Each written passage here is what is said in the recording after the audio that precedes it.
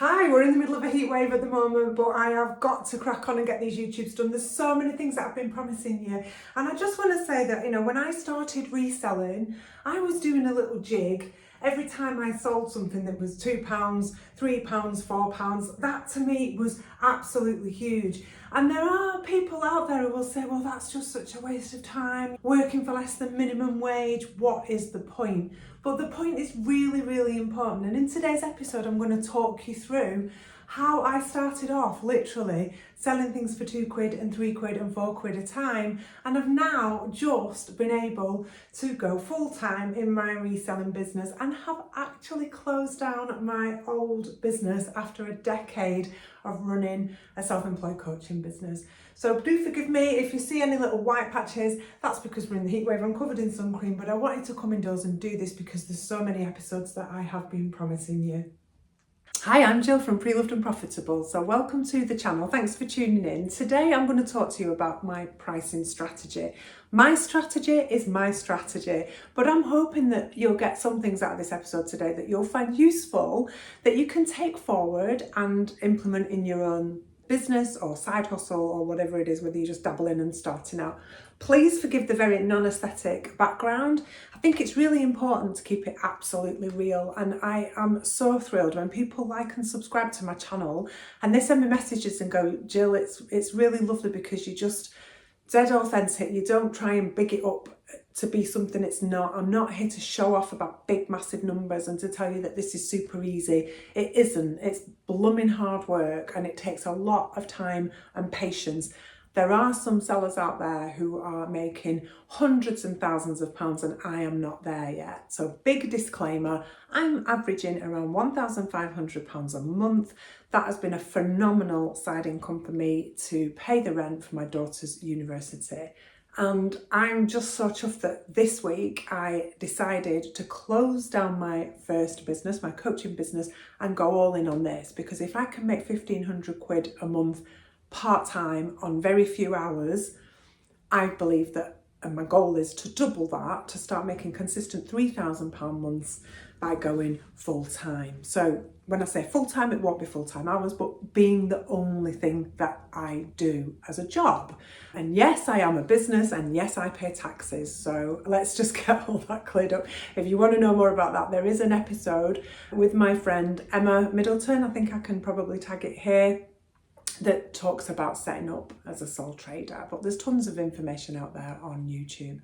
Now, when I started, I decided to give myself a probationary period, if you like. So I was a bit like an apprentice.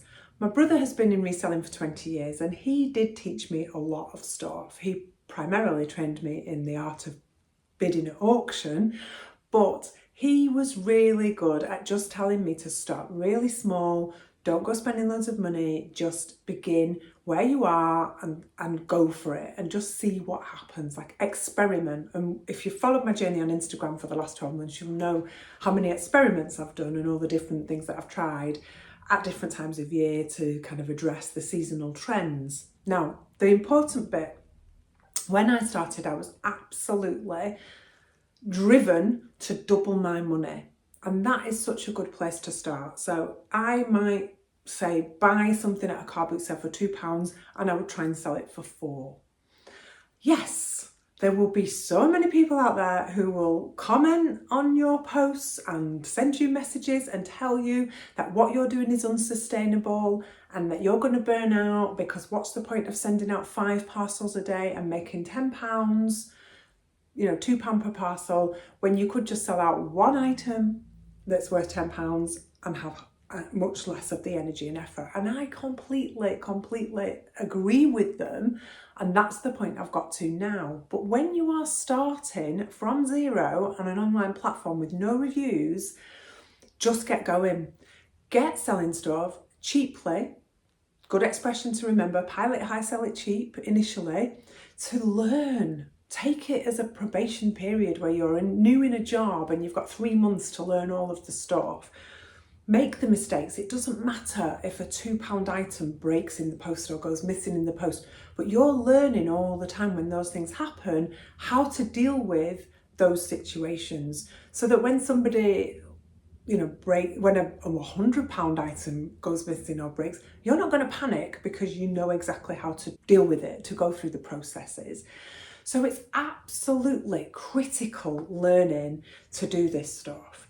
And I found very quickly that by selling cheaply my own things mostly that didn't cost me anything, or things that my brother donated from his reselling business that he was like, have a go with that, stuff we picked up at car boot sales really cheaply. Not only did I learn very, very quickly about the time it takes me to package things up, the types of packaging that are really important, the policies, like the postage policies for all of the platforms, understanding in particular on that around eBay and the different policies they have, setting up your business policies in eBay. There's so much stuff that by going through this process you will learn. And I think if I'd just been waiting for the £20 sales or the £30 sales that might have been one a week or one every 2 or 3 days, I would not have learned as quickly and I wouldn't have been able to scale as fast. So I think, and I have got some little notes down here actually today because I don't want to miss out on any important information, so do forgive me because I usually do my YouTubes completely unscripted off the top of my head, but I didn't want to miss out. But I do feel that if you're starting with selling at 2 times, it's not difficult to then nudge it to 3 times, and it's not difficult then to nudge it to 4 and 5 and 6 times what you've paid for something, which is the position I am now in, and that has started to give me really good returns where I can actually pay myself. So how do you go from this to this? You start selling off. I started selling off at trying to get double my money, logging it in a spreadsheet. Okay, I'm doubling my money. Sometimes a sale would come in and I'd get 3 times, 4 times, and I'd highlight it. And I'd think about what product was that? What platform was that listed on? Was that price right? And of course, the big age-old tip is to always look at completed and sold prices on eBay, because that gives you a fantastic measure of how much people are prepared to pay for something. So whatever you paid for it and whatever you think it's worth, you almost have to put that out of the way and go more with what the market is telling you, which is factual information, not what somebody has got an active listing listed at. So you might find an item you pick up, I don't know, let's say you pick up a wooden hand-carved jewellery box that's beautiful and really pretty. You see one very similar on eBay selling for £40 and you think, wow, it's worth £40, I'll list mine at the same, or a little bit cheaper, 38. But actually, if you go into completed and sold prices on eBay, you'll see that those jewellery boxes may be going for 15 and that there's 6 or 7 of them sold in the last month at that price. That's the market price. So the fact somebody is asking higher doesn't mean they're going to get it. And it's important to keep abreast of this. And when you are pricing, you've got to stop going with your emotion and what you would love to get for it and start going with what the market forces are telling you. And if you've adopted the strategy like I did in the early days, where I'm going to try and double my money, let's say I paid £4 for that jewellery box, I'm going to stick it on for a tenner and maybe accept an offer at £8, I've doubled my money, okay? Now, what that does do, obviously, is it sort of alters the market a little bit. And some people will say, oh, well, you're actually devaluing the products. But it's an open market and it's important that you learn. And I could, now, of course, I would absolutely go in at 15. I would be going in at the price that is the average on there. But equally, there are millions of private sellers on eBay who are just flogging off stuff and trying to sell it off cheaply and getting whatever they can for it. So the market forces are never going to be absolutely controlled. You have to learn to experiment and try and just get the pricing that fits right for you. But when you very quickly start to double your money, it's easy to start to triple your money. So you would start selling that jewellery box for £12 and then you'd be hitting £15 in no time.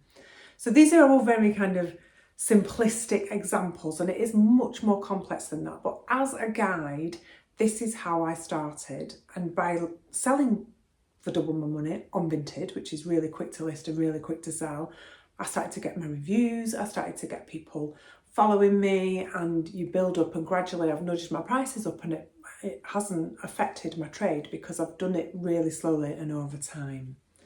Now, I was selling anything and everything at the start. I've very much niched into a product line now. You'll see that in more episodes, the kind of things that I particularly love to sell. But when I did that, it was because I was noticing what was selling for me. I've told you so many times I can't sell ceramics. Like I've had blue and white transferware. I've had really rare. I've got 2 really rare plates now that are antique, listed, Staffordshire something. I don't even know what they are. I bought them in a job lot from Yorkshire. A lady in Yorkshire sold me tons of stuff and it's the only things I've got left. I can't sell them. I've cut them down and down. I think they're on for 10 quid. I've relisted them. I've tried again. People are getting 40, 50 pounds for these plates. I just energetically do not connect with this stuff. I don't know why. So if you want some, get on my page and take them, please. They're black and white transferware and they're beautiful. But yeah, I really connect far more with artwork, with tapestries, with brasses, coppers, wooden decor. Those kind of things are definitely my bag. But I know people who message me and go, I cannot sell brass. Doesn't sell for me.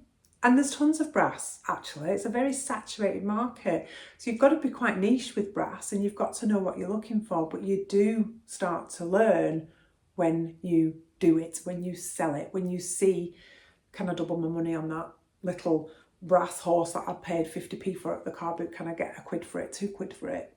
Great, of course you can if you do that. Now spend the £2 and get something a bit better. Get a bigger brass horse, try and sell it for £4 and just keep nudging up. And you know, Alan Sugar, whatever you think of Alan Sugar, and I love The Apprentice, I do watch it every year, but he will say, you sell what sells. So why are you trying to copy somebody else? If something is selling for you, sell more of it. So when they're on The Apprentice and they start selling one product really, really well, but then somebody introduces another line too soon, too quickly, and then they end up losing the task, those kind of scenarios, he will always say in the feedback, why did you not concentrate on just selling more of that? And that's the important bit, to just deal with like a line that you know is selling for you. So if you hit on something, it might be plant stands, it might be magazine racks, it might be vases, it could be lamps. Sell more of that thing until the market is so saturated and that's kind of had its day, and then find your next line. Don't just blindly copy what other people are doing until you've built up enough of a reputation that people will start to buy different things, which now I do feel if I introduce something new to my stores, I don't lose any followers on my stores. People generally are like, oh, this is interesting. They'll start making me offers on things. It's like, oh, Jill's kind of offering a little bit more. And I've done that with clothes. I've put some vintage clothing on my Vinted page, which has always been home decor really. And I was a bit like, oh, I'm never going to sell it. And some bits are still there, but I've sold quite a lot. And it didn't switch people off my page, but I think it's because they already know me for what I sell and they're quite interested to see the new stuff coming online. So that's a lot of kind of waffle around that, but I think it's important for you to just really strategize about pricing and not blindly copy others, blindly sell at prices other people are selling at, because the other thing that you don't know is what someone has paid for it. So if I'm selling something for £12 and you're trying to sell it for £15, I might have only paid £1 for it and I'm 12 times in my money. You might have paid £8 for your item and you're not even doubling your money. So it also becomes very important to focus on sourcing and where you're actually getting the stuff from. And this is the point that I made in my little reel that I put on Instagram last week at the car boot. I now walk around the car boot sale and I am incredibly choosy. I will only buy something if it's really cheap and I know that I can comfortably 4 or 5 times the money, and generally a lot more now. So I bought, for example, a wooden stool at the car boot sale for £3. Stools sell for a lot of money. You know, I might get, in its current state, which is a bit tatty, I might get 20 quid for it. If I just sand it down and do a little bit of work on it, which Mark will do because he's masses of experience. He used to be a plasterer, my husband, and then his dad was a joiner and he's amazing at working with wood and doing up furniture and stuff. So If he gets his hands on the stool, I could probably sell it for £30 or £40, and it won't take him much time to bring it up to a kind of really nice standard. So that's a good purchase for me. Much better than a £3 piece of brass that is super common that I know everybody's selling, and maybe I might get £8 for it, £10 for it, something like that. So it is just about learning a little bit more what you have capacity for, what you have storage space for. But when you're walking around, be like, okay, have I seen anyone else selling this? This is unusual. I bought some, I should have got them to show you, some beautiful, in fact, I'll put a picture on here. I'll try and do that and be clever when I edit it. Some wooden candlesticks that are hand carved. I've never seen them before. Never seen them. And I bought them at the car boot sale. And I think we paid £3 for them. They're so pretty. I may get £30 for them. Okay, if I get 24, then I've done, it's a great return on investment. So I know that's a good buy because they're so unusual. I could probably get a lot more actually if I went onto Etsy or something, but I know my markets, I know my platforms, and I know that I can probably shift them pretty quickly and get around that mark. So let me just check my notes, make sure that I haven't missed anything out. Do definitely test multiple platforms. Try out in the early stages if you're trying to double your money. You know, learn the ropes while you're doing that. Learn Vinted, learn eBay, have a go at Depop, have a go at Etsy. But I mean, Etsy to double your money is not a great business move because it's very expensive to sell on Etsy, but have a go, at least have a read up on it, see what you think. Track what works, what sells for you, what sells fastest, just to try and get things moving and build up your confidence. Start off 2 times maybe, you don't have to do this, this is just what I did, but then begin to slowly raise your margins. So go 2 times, then 3 times, then 4 times. And by getting really choosy, you will be able to do that. And then when you're reinvesting and buying stock, one thing I do at the end of every month is I look at how much money I've made and I pay myself. And then I see what expenses I need to pay out. So I pay for CrossList, I pay for some editing software, a few bits and bobs like that. When that's all gone out, what's left over? How much of that do I want to save towards my tax bill? How much of that am I going to reinvest into new stock? And I set my budget for the following month and I stick to it. And I've started to get to a point now where I'm not spending my sourcing budget because I'm sourcing better, I'm selling faster, and I've got a much quicker sell-through rate. So you just start to know if you're, I mean, there was a time I was selling over 50% of my inventory every month. So I would have something listed and it would be gone within a month. So that's a really healthy business. I don't have hundreds and hundreds of products listed and they're all sitting around. That will start to happen as I scale up. I'll have more products and hopefully I'll sell more, but I know that I'm choosing better products by having gone through this whole kind of experience. Now, I also want to say that you just want to trust your gut a little bit as well, and with experience you'll start to know a winner. So I do walk around the car boot sale now and I'll leave behind a lot of the stuff that you might like to buy, because sometimes I think, well, that's not going to be worth my time and energy packaging it, have nowhere to store it for one, but also the ROI might only be doubling my money, tripling my money, which if it's a £50 item and I can turn it into £100, that's great. All right, I'm not saying that doubling your money isn't a good strategy.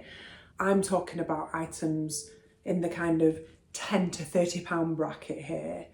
Once you start spending more and doubling on higher items, that's great, isn't it? I mean, if you bought a house for 100,000 and sold it for 200,000, you'd be delighted. So I am talking about small items, the standard reseller selling clothes and small decor items and beauty products and those kind of things. So definitely start where you are. I'm just going to read this that I wrote down to say to you, because I want your shift to go from I will take anything that sells to I only buy what is worth my time and money. So really looking and thinking about, is this worth my time and money? Can I get the return? It's definitely made my business more profitable and more enjoyable.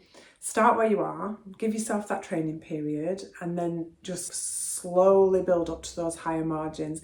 definitely want to know how you get on. If you've liked this video, give it a thumbs up.